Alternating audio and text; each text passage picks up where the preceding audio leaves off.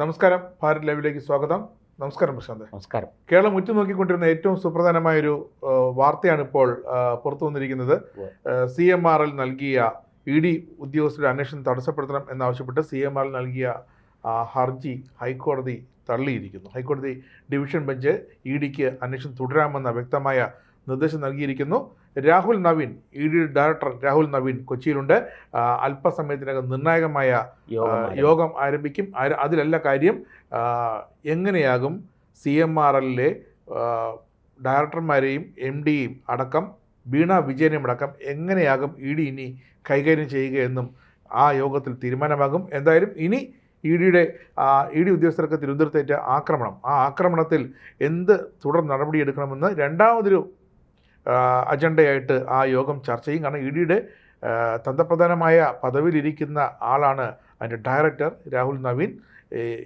ഈ വിഷയത്തിൽ ഹൈക്കോടതി എന്ത് പറയുന്നു എന്ന് അറിഞ്ഞിട്ട് EDയുടെ അടുത്ത നീക്കങ്ങൾ വളരെ ദ്രുതഗതിയിൽ, കാരണം അധികം സമയമില്ല, നീട്ടിക്കൊണ്ടുപോകാൻ പറ്റില്ല. കാരണം ശശിധരൻ കർത്തയും 5 ഉദ്യോഗസ്ഥരുമാണ് CMRLന് വേണ്ടി ഹർജി നൽകിയത്. പക്ഷേ അത് ശരിക്കും ആ ഹർജി വീണ വിജയൻ്റെ പേരിലായിരുന്നു. ഔദ്യോഗികമായിട്ട് ഇവർ നൽകിയെന്നേ ഉള്ളൂ. വിധി എന്താണ് തീരുമാനിക്കുക പ്രതിപക്ഷ നേതാവിൻ്റെ മകൾക്കായിരിക്കും. എന്താകും അവസ്ഥയിൽ തീരുമാനിക്കുക. മറ്റ് സുപ്രധാനമായ വിവരങ്ങൾ എന്തൊക്കെയാണ് പ്രശാന്തിലുള്ളത്? ഈ വിഷയം വാസ്തവത്തിൽ ഇപ്പോൾ ഈ കോടതി വിധി പ്രതീക്ഷിച്ചിരുന്നതാണ്. ED അന്വേഷണം തുടരാം. ഇത് മറിച്ചൊരു വിധി കോടതി പറയാനുള്ള സാധ്യതയില്ല. ഇത് സിംഗിൾ ബെഞ്ചിൻ്റെ വിധി ശരിവെക്കുന്ന തരത്തിലാണ് ഡിവിഷൻ ബെഞ്ചിൻ്റെ വിധി വന്നിരിക്കുന്നത്, അല്ലേ? സിംഗിൾ ബെഞ്ച് നൽകിയ വിധിയെ ചോദ്യം ചെയ്താണ് ഇവർ CMRL സമീപിച്ചത്. നോക്കൂ, ഈ CMRL സമീപിക്കുമ്പോൾ കേവലം CMRLന് വേണ്ടി മാത്രമല്ല എന്ന് നമുക്ക് മനസ്സിലാക്കാം. അപ്പോൾ ഈ ഡിവിഷൻ ബെഞ്ച് ഈ ഹർജി പരിഗണിച്ചപ്പോൾ തന്നെ വീണയ്ക്കെതിരായ അന്വേഷണം തുടരാമെന്ന് പറഞ്ഞു. അതെ, അതായത് കേരളത്തിന്റെ മുൻ മുഖ്യമന്ത്രിയും പ്രതിപക്ഷ നേതാവുമായ പിണറായി വിജയനെതിരായ വേണമെങ്കിലും അന്വേഷിക്കാം. പിണറായി വിജയനെ കുറിച്ച് തന്നെ എന്ന് നമുക്ക് വേണമെങ്കിൽ വ്യാഖ്യാനിക്കാം. വീണ ഒരു പാലം മാത്രമാണ്. വീണ മുന്നിൽ നിൽക്കുന്ന ഈ കേസുമായിട്ട് നേരിട്ട് ബന്ധപ്പെട്ട ഒരു പ്രതികളിൽ ഒരാളാണ്. അതിൻ്റെ പുറകിൽ ആരൊക്കെ ഉണ്ട് എന്നുള്ളതാണ് വിഷയം. അത് ശശിധരൻ കർത്തയുടെ ഡയറിയാണ് സംസാരിക്കുന്നത്. അദ്ദേഹത്തിൻ്റെ ഡയറിയിലെ വിവരങ്ങൾ കൃത്യമായ ഒരു റിപ്പോർട്ടാക്കി ഈ ചുരുക്കപ്പേരുകളിൽ PV എന്നും RC എന്നും OC എന്നും VM എന്നും ഒക്കെ പറഞ്ഞ് KS എന്നും ഒക്കെ പറഞ്ഞുള്ള PK ഉണ്ട്.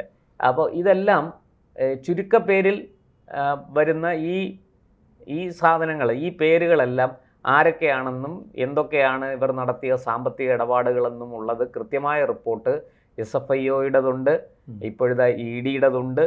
അപ്പോൾ ഇതെല്ലാം വെച്ചുകൊണ്ട് തീർച്ചയായിട്ടും അത് അന്വേഷണ രീതിയിൽ മുന്നോട്ട് പോകും. അതായത് വീണ വിജയന് മാസം 5 ലക്ഷം രൂപ വെച്ച് കൊടുത്തുകൊണ്ടിരുന്നു എന്നാണ്. 5 ലക്ഷം വീണയ്ക്കും 3 ലക്ഷം കമ്പനിക്കും. അതായത് ഇത് മാസപ്പടി അല്ല എന്നൊരു വാദം ഇടയ്ക്ക് ഉയർന്നിരുന്നു. കാരണം 1.72 ലക്ഷം കോടി രൂപ മൊത്തത്തിൽ ഇവർ വാങ്ങിയെന്നാണ്. പക്ഷേ ഇപ്പോൾ അന്വേഷണം അതായത് വന്നപ്പോൾ 2 കോടിക്ക് മേളിൽ വാങ്ങിയിട്ടുണ്ട് എന്നുള്ളതാണ് പുറത്തു വരുന്ന വിവരം, അല്ലേ? അതായത് 5 ലക്ഷം വീണയും 3 ലക്ഷം എക്സാലോജിക്കും വെച്ച് കൃത്യമായിട്ട് മാസം തോറും അങ്ങനെ 12 മാസമാകുമ്പോൾ അത് 96 ലക്ഷമായി. അങ്ങനെ 3 വർഷം വാങ്ങി എന്നാണ്. ഏതാണ്ട് 2.70 ലക്ഷത്തിന് മുകളിലേക്ക് ആ തുകയുണ്ട്. 2.78 കോടി എന്നൊക്കെയാണ്. പിന്നെ ഒരു 50 ലക്ഷം രൂപ വായ്പയുണ്ട്. 25 ലക്ഷം വീതം 2 തവണയായി. ഈ തുക തിരിച്ചടയ്ക്കാൻ ഒരു വായ്പ. ആ വായ്പ 4 ലക്ഷം രൂപയെ അടച്ചിട്ടുള്ളൂ. അതെ, ബാക്കി അടയ്ക്കുന്ന CMRL തന്നെയാണ്. വായ്പ നൽകിയ സ്ഥാപനം തന്നെയാണ്. ഉദാര മനസ്കരായ ആ സ്ഥാപനം തന്നെയാണ് ആ വായ്പ തിരിച്ചടയ്ക്കുന്നത്. ആ വായ്പ ഇതുവരെ കണക്കുകളിൽ തിരിച്ചടച്ചിട്ടില്ല. വായ്പ അങ്ങനെ നിൽക്കുകയാണ്, വായ്പയും അതിന്റെ പലിശയും. അപ്പോൾ ഇവിടെ എല്ലാം ഒരു കാര്യം നമ്മൾ മനസ്സിലാക്കേണ്ടത്, വീണ തായ്ക്കണ്ടി പ്രത്യക്ഷത്തിലുള്ള ആളാണ്. ഈ വീണ തായ്ക്കണ്ടിയുടെ പുറകിൽ ആരൊക്കെ ഉണ്ട് എന്നുള്ളതാണ്. ഒരു കാര്യം രാജേഷ് ശ്രദ്ധിച്ചോ, കഴിഞ്ഞ കുറേ ദിവസങ്ങളായിട്ട് ഇപ്പം നിയമസഭ കൂടി ഗവർണർ നയപ്രഖ്യാപന പ്രസംഗം നടത്തി, അതിന്മേൽ ചർച്ച നടന്നു. സാധാരണ നിലയ്ക്ക് ഭരണപക്ഷത്തുനിന്ന് UDF ഭരിക്കാനിരിക്കുമ്പം ഭരണപക്ഷത്തുനിന്ന് കോൺഗ്രസിൻ്റെ ഒരു പ്രധാന കക്ഷി ആദ്യം സംസാരിക്കും. അത് കഴിഞ്ഞാൽ രണ്ടാമത്തെ കക്ഷി മുസ്ലിം ലീഗാണ്. മുസ്ലിം ലീഗിൻ്റെ നേതാവെന്ന് പറയുന്നത് PK കുഞ്ഞാലിക്കുട്ടിയാണ്. PK കുഞ്ഞാലിക്കുട്ടി സംസാരിക്കും, പ്രസംഗിക്കും. അദ്ദേഹത്തിൻ്റെ നിയമസഭാ പ്രസംഗങ്ങളൊക്കെ വളരെ നമ്മളെല്ലാവരും കേട്ടിട്ടുണ്ട്. പക്ഷെ വല്ലാത്തൊരു നിശബ്ദതയാണ് ഇപ്പോൾ കഴിഞ്ഞ ഒരു മാസത്തിൽ കൂടുതലായിട്ട് പി കെ കുഞ്ഞാലിക്കുട്ടി മിണ്ടുന്നില്ല. അദ്ദേഹം ഒരക്ഷരം സംസാരിക്കുന്നില്ല. അദ്ദേഹത്തിന്റെ റീലുകളൊന്നും ഇറങ്ങുന്നില്ല. അദ്ദേഹത്തിന്റെ ലീഗിന് വേണ്ടി സംസാരിച്ചത് ഷംസുദ്ദീനൊക്കെയാണ്. അല്ല, അത് കുഴപ്പമില്ല, അവർ തീരുമാനിച്ചാൽ മതി ആര് സംസാരിക്കണമെന്ന്. പക്ഷെ എങ്കിലും നമ്മളൊരു മാധ്യമപ്രവർത്തകർ എന്നുള്ള നിലയ്ക്ക് നമുക്ക് ഈ സംഭവ വികാസങ്ങൾ കാണുമ്പോൾ ആരോഗ്യത്തിന് പ്രശ്നമുണ്ടോ? ആരോഗ്യത്തിനൊന്നും പ്രശ്നമില്ല. അത് മുമ്പും അങ്ങനെ ഉണ്ടല്ലോ. അദ്ദേഹത്തിന് ഇഷ്ടപ്പെട്ട കാറൊക്കെ ഉപയോഗിക്കും. ഞാൻ പറഞ്ഞു വരുന്നത് ആരോഗ്യത്തിന് എന്തെങ്കിലും പ്രശ്നമുണ്ടോ? ഇല്ല, ആരോഗ്യത്തിന് പ്രശ്നമൊന്നുള്ളതായിട്ട് ഇതുവരെ അറിവില്ല. നമുക്കിപ്പോ ഈ മെഡിക്കൽ ബുള്ളറ്റിനുകളല്ലേ ആശ്രയിക്കാൻ പറ്റുള്ളൂ, അല്ലാതെ ആരെങ്കിലും പറയുന്നത് കേട്ട് വാർത്ത കൊടുക്കാൻ പറ്റില്ലല്ലോ, അല്ലെങ്കിൽ ചർച്ച ചെയ്യാൻ സാധിക്കില്ലല്ലോ. ഇവിടെ അതൊന്നും അല്ല. ആരോഗ്യമൊക്കെ രണ്ടാമത്തെ വിഷയം. പിണറായി വിജയൻ, ഭരണപക്ഷത്തുനിന്ന് രമേശ് ചെന്നിത്തല, അതുപോലെ തന്നെ മുസ്ലിം ലീഗിൻ്റെ സമുന്നതനായ നേതാവ് പി കെ കുഞ്ഞാലിക്കുട്ടി, പാണക്കാട് തങ്ങൾ, ഇവർക്കൊക്കെ ഒരു വല്ലാത്ത നിശബ്ദതയുണ്ട്, വല്ലാത്ത നിസ്സംഗതയുണ്ട്. എന്താണ് ഇതിന് കാരണം? CMRലുമായി ബന്ധപ്പെട്ട കേസാണോ? ഈ ശശിധരൻ കർത്തയുടെ പേഴ്സണൽ ഡയറിയാണോ? അതിലെ ചുരുക്കപ്പേരുകളാണോ? എന്തായാലും 182 കോടി രൂപ അനാവശ്യമായി ചെലവഴിച്ചിരിക്കുന്നു എന്ന് കണ്ടെത്തിയത് ഇൻകം ടാക്സ് ആണ്. നമ്മളാരുമല്ല, അത് ഇൻകം ടാക്സ് കണ്ടെത്തിയിട്ട് കേസ്, അതായത് നിങ്ങൾ എന്തിനീ പണം ചെലവഴിച്ചു, നിങ്ങളുടെ നിന്ന് ആരൊക്കെ വാങ്ങി, അത് ഇന്ന ആൾക്കാർ വാങ്ങി, എല്ലാവരെയും വിളിപ്പിക്കും. എല്ലാവരും ഇൻകം ടാക്സിൻ്റെ അന്വേഷണത്തിൽ വിധേയമായേ പറ്റുള്ളൂ. അപ്പോൾ അവിടെ ഇൻകം ടാക്സ് ഇതിനകത്ത് കണക്കുകളിലെ പെശക്, നിങ്ങളിത് വരുമാനം കൂടുതൽ സമ്പാദിച്ചു, അത് മറച്ചു വെച്ചു എന്ന് പറയുമ്പോൾ സാധാരണ നിലയ്ക്കുള്ള കുറ്റങ്ങളാണ്. അതിന് ഫൈൻ അടിക്കുന്നു, അല്ലെങ്കിൽ അത് ജയിൽ ശിക്ഷ അനുഭവിക്കേണ്ടി വരും, ഇതൊക്കെ. അപ്പോൾ അവിടെ ഫൈൻ അടിച്ച് ഈ ഇൻ്ററിം സെറ്റിൽമെൻറ്റ് ബോർഡിൽ എത്തുന്നത് അങ്ങനെയാണ്. അവിടെയാണ് ഈ ഫൈനിൻ്റെ കാര്യങ്ങളൊക്കെ സെറ്റിൽ ചെയ്ത് ഇത്ര രൂപ അടയ്ക്കാം എന്ന് സമ്മതിച്ച് അതടച്ച് പിഴയടച്ച് ഊരുന്നത് കേസിൽ നിന്ന്. അപ്പോൾ അങ്ങനെയെല്ലാം വന്നപ്പോൾ ഈ ഡയറിക്കകത്തെ വിവരങ്ങൾ അതൊരു വലിയ സ്ഫോടനത്തിന് കാരണമായി. അത് വെറും ഡയറിക്കുറിപ്പല്ല, കൃത്യമായിട്ട് ഏതൊക്കെ രാഷ്ട്രീയ നേതാക്കൾക്ക്, ഏതൊക്കെ സംഘടനകൾക്ക്, ഏതൊക്കെ പാർട്ടികൾക്ക് എത്ര രൂപ എന്ന് കൊടുത്തു എന്നുള്ള വിശദമായ കണക്കാണ്. ഇതിനകത്ത് ഒരു പ്രശ്നം കൂടിയുണ്ട്. അമിതമായി ലാഭം നേടിയിട്ട് ആ ലാഭത്തിൻ്റെ ഒരു വിഹിതം ഇങ്ങനെ രാഷ്ട്രീയക്കാർക്ക് കൊടുക്കുന്നത് കൈക്കൂലിയാണ്, നമുക്ക് മനസ്സിലാക്കാം, അഴിമതിയാണ്. പക്ഷെ ഒരു സംശയം, ഒരു ചോദ്യം അവിടെ വരുന്നുണ്ട്. ഈ 182 കോടി രൂപ എവിടെ നിന്ന് കിട്ടിയതാണ്? ഇതിൻ്റെ സ്രോതസ്സുകളെക്കുറിച്ച് അവിടെയാണ് ഈ EDയുടെയൊക്കെ കടന്നു വരവ്. EDയൊക്കെ വെറുതെ ഒരു സുപ്രഭാതത്തിൽ രാവിലെ ശശിധരൻ കർത്തയെ ദ്രോഹിക്കാമെന്ന് പറഞ്ഞ് ഇറങ്ങിയിരിക്കുകയല്ല. വളരെ ഒന്ന് ആലോചിച്ച് നോക്കൂ, വളരെ കൃത്യമായിട്ട്. അല്ല, BJP നേതാക്കളും പോയി പണം വാങ്ങിയിട്ടുണ്ട് എന്നാണ് നമ്മൾ കിട്ടുന്ന വിവരം. സംസ്ഥാന നേതാക്കൾ വാങ്ങിയിട്ടുണ്ട്, അവരുടെ എല്ലാം പേരുകളുണ്ട്. അവരുടെ അടുത്ത് ചോദിക്കുമ്പോൾ അവർ പറഞ്ഞ മറുപടി അത് പാർട്ടി സംഭാവനയാണ്, ഞങ്ങളുടെ എല്ലാം അതിൻ്റെ തെളിവുകളുണ്ട്, ഞങ്ങൾ അത് വേണേൽ ഹാജരാക്കാം. ഇതൊക്കെയാണ് ഇവരെല്ലാവരും പറയുന്നത്. അതിപ്പോൾ കോൺഗ്രസ്സുകാർ പറഞ്ഞതെന്താണ്, മുസ്ലിം ലീഗുകാർ പറഞ്ഞതെന്താണ്, അത് പാർട്ടി സംഭാവനയാണ്. BJP അത് തന്നെ പറഞ്ഞു. ഇവിടുത്തെ ഏറ്റവും ഇതായിട്ടുള്ള ഈക്കിൽ പാർട്ടി വരെ അവിടെ പോയി പൈസ വാങ്ങിയിട്ടുണ്ട്. എന്തിനു പറയുന്നു, മാധ്യമപ്രവർത്തകർ വരെ പൈസ വാങ്ങിയിട്ടുണ്ട്. ശശിധരൻ കർത്തയുടെ കയ്യിൽ ഈ ഇടയ്ക്ക് വരെ വാങ്ങിയവരുണ്ട്. അപ്പോൾ അങ്ങനെ വാങ്ങിയവരെല്ലാം അവർക്ക് പല ആവശ്യങ്ങളുണ്ട്. ഇപ്പം എറണാകുളം പ്രസ് ക്ലബിലേക്ക് വേണ്ടിയിട്ട് സ്പോൺസർ ചെയ്തത് ആരൊക്കെ സ്പോൺസർ ചെയ്തോ അതെല്ലാം വിവാദമായിട്ടുണ്ട്. ഇരിക്കട്ടെ, ഞാൻ പറഞ്ഞ അതൊക്കെ നമുക്ക് മനസ്സിലാക്കാം. പക്ഷേ ഈ അനാവശ്യമായി ചെലവഴിച്ച ഈ പണത്തിൻ്റെ ഉറവിടം, ഇത് ഈ അമിത ലാഭം അതിൽ നിന്ന് കിട്ടിയതാണോ, അതോ മറ്റേതെങ്കിലും ദുരൂഹമായ പശ്ചാത്തലം NIA അന്വേഷിക്കേണ്ട ഒരു വിഷയമാണോ എന്ന ചോദ്യം ഇപ്പോൾ ഉയരുന്നുണ്ട്. അത് EDക്ക് മാത്രമല്ല, NIA, ED തുടങ്ങിയ ഏജൻസികളുടെ ഒരു സംയുക്ത കൂട്ടായ്മ വേണം അത് അന്വേഷിക്കാൻ എന്നുള്ളൊരു ആവശ്യം ഇപ്പോൾ ഉയരുന്നുണ്ട്. തീർച്ചയായിട്ടും അവിടെ നിൽക്കട്ടെ, ഇതെല്ലാം ഞാൻ പറയുന്നത് കോടതിയുടെ പരിഗണനയിൽ വന്നിരിക്കുന്ന കാര്യങ്ങളുമായി ബന്ധപ്പെട്ടതാണ്. അപ്പോൾ ആ പണം ഇവർക്ക് എങ്ങനെ വീതം വെച്ചു? വീണ തായ്ക്കണ്ടി ഉൾപ്പെടെ PV, RC, OC തുടങ്ങി എല്ലാ നേതാക്കൾക്കും ഈ പണം ഇങ്ങനെ വീതം വച്ചിരിക്കുന്നു. ഈ പണത്തിൻ്റെ ഉറവിടത്തെക്കുറിച്ച് സംശയം ജനിച്ചിട്ടുണ്ട്. അതിൻ്റെ പശ്ചാത്തലം ദുരൂഹമാണെന്ന് പറയുന്നു.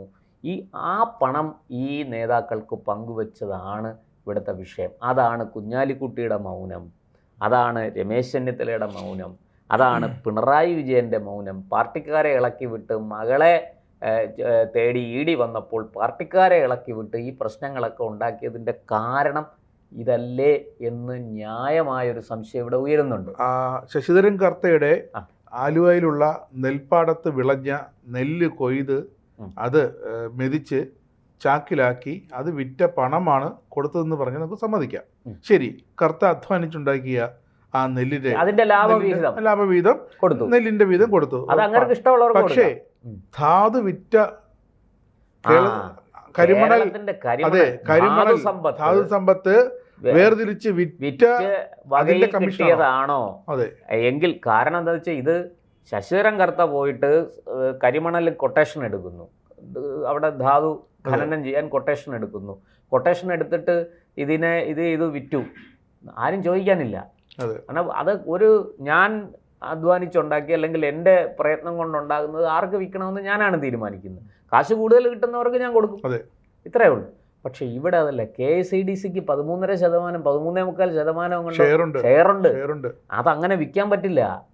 ഇത് അവിടെയാണ് ഈ കുരുക്ക് മുറുകിയിരിക്കുന്നത്.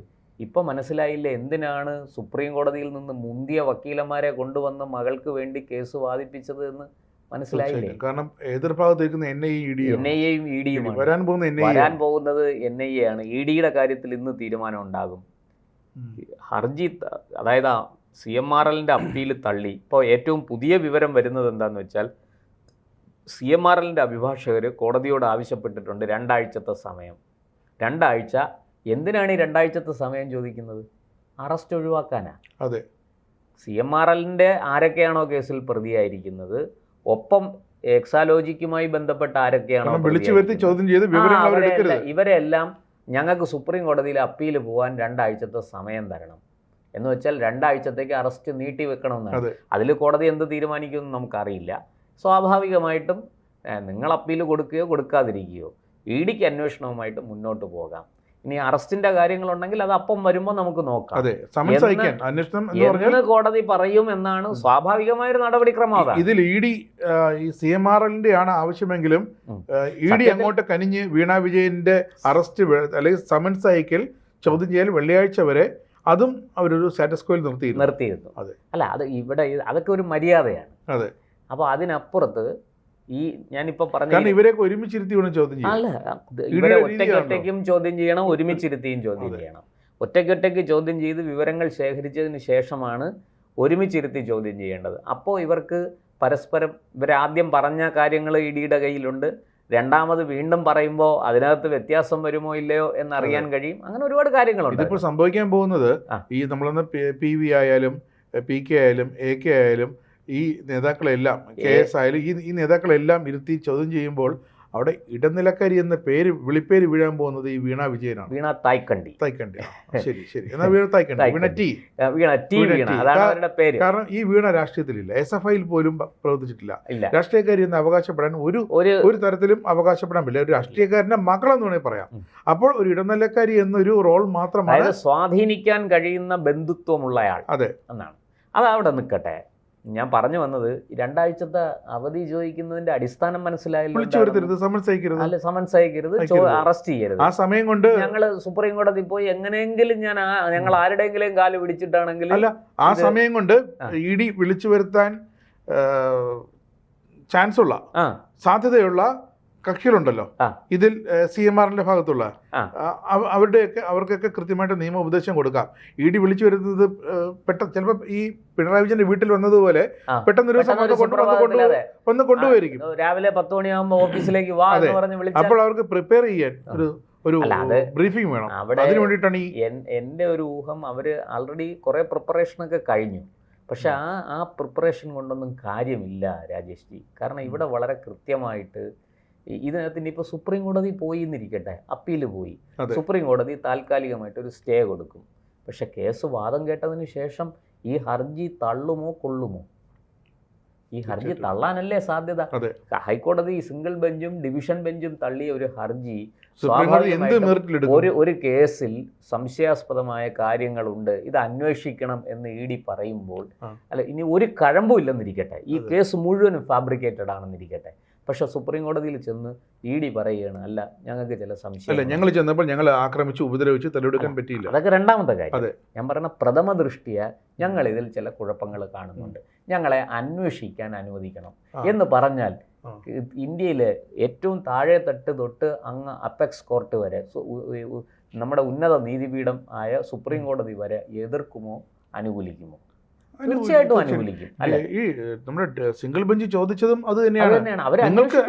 നിങ്ങൾക്ക് CMRLന്റെ അഭിഭാഷകനോട് ചോദിച്ചത്, നിങ്ങൾ സത്യസന്ധരാണെങ്കിൽ എന്തിനു ഭയക്കുന്നു? നിങ്ങൾ എക്സാലോജിക്കുമായുള്ള ഇടപാടിൽ നിങ്ങൾക്ക് നിങ്ങളുടെ ആ തെളിവുണ്ടെങ്കിൽ കൊടുക്ക്, നിങ്ങളുടെ കയ്യിൽ രേഖകൾ കൊടുക്ക്, തീർന്നല്ലോ. അപ്പോൾ ഇത് സ്വാഭാവികമായിട്ടും അന്വേഷണം തടസ്സപ്പെടുത്താൻ കഴിയില്ല. ഇനി സുപ്രീം കോടതിക്ക് അപ്പുറത്ത് ഏതെങ്കിലും കോടതിയുണ്ട്, അവിടെ പോയാൽ പോലും കഴിയില്ല, അന്വേഷണം നടക്കും. അപ്പോൾ ഇവിടുത്തെ പ്രശ്നം അതാണ്. ഇനിയിപ്പോൾ സംഭവിക്കാൻ പോകുന്നത് ഈ പറഞ്ഞതുപോലെ ഈ 2 ആഴ്ചത്തെ കാര്യത്തിൽ കോടതി എന്ത് മറുപടി പറയുമെന്ന് അറിഞ്ഞൂടെ. എനിക്ക് തോന്നുന്നത് അത് ഉച്ച കഴിയുമായിരിക്കും അതിനെക്കുറിച്ചുള്ള വിവരം വരാൻ. പക്ഷേ ആത്യന്തികമായിട്ട് വീണ തായ്ക്കണ്ടി ഏത് നിമിഷവും അറസ്റ്റിലാകാം, CMRLന്റെ ഉത്തരവാദപ്പെട്ട ആൾക്കാർ അറസ്റ്റിലാകാം. EDയുടെ ഡയറക്ടർ രാഹുൽ നവീൻ തന്നെ ഇവിടെ വന്നെങ്കിൽ അദ്ദേഹം നേരിട്ട് ഈ കേസ് കൈകാര്യം ചെയ്യാൻ ED ഉദ്യോഗസ്ഥർക്ക് നിർദ്ദേശം കൊടുക്കാൻ ഡയറക്ടർ നേരിട്ടൊരു സ്റ്റേറ്റിലേക്ക് വന്നെങ്കിൽ അതിൻ്റെ ഗൗരവം വളരെ കൂടുതലാണ്, ഒരു സംശയവും വേണ്ട. ഇനി പറയുന്നത് പോലെ ED ഉദ്യോഗസ്ഥരെ ഇനി അറ്റാക്ക് ചെയ്യാൻ ചെന്നാൽ അത് വിവരം അറിയും. കാരണം അവർ കൃത്യമായിട്ട് കേന്ദ്രസേനയുടെ പ്രൊട്ടക്ഷനോടുകൂടിയായിരിക്കും അവർ വരുന്നത്, എല്ലാ മുന്നൊരുക്കങ്ങളും ചെയ്തിട്ടായിരിക്കും അവർ വരുന്നത്. അവരോട് സഹകരിക്കുന്നതാണ് നല്ലത്. അല്ലാത്ത പക്ഷം അത് വലിയ വമ്പൻ പ്രശ്നങ്ങൾക്ക് കാരണമാവും.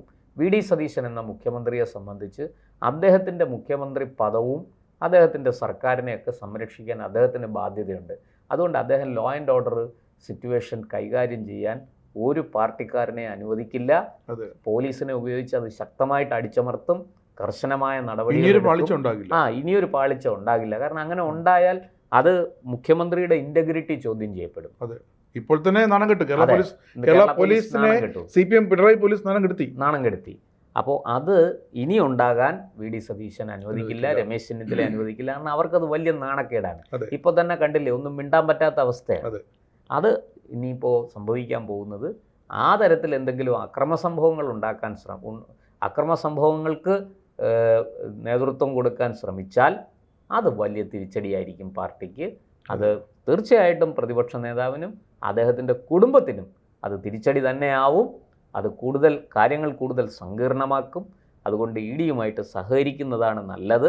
വളരെ കൃത്യമായിട്ട് EDയെ അവരുടെ ജോലി ചെയ്യാൻ അനുവദിക്കുക, ബാക്കിയൊക്കെ നിയമപരമായിട്ട് നേരിടുക.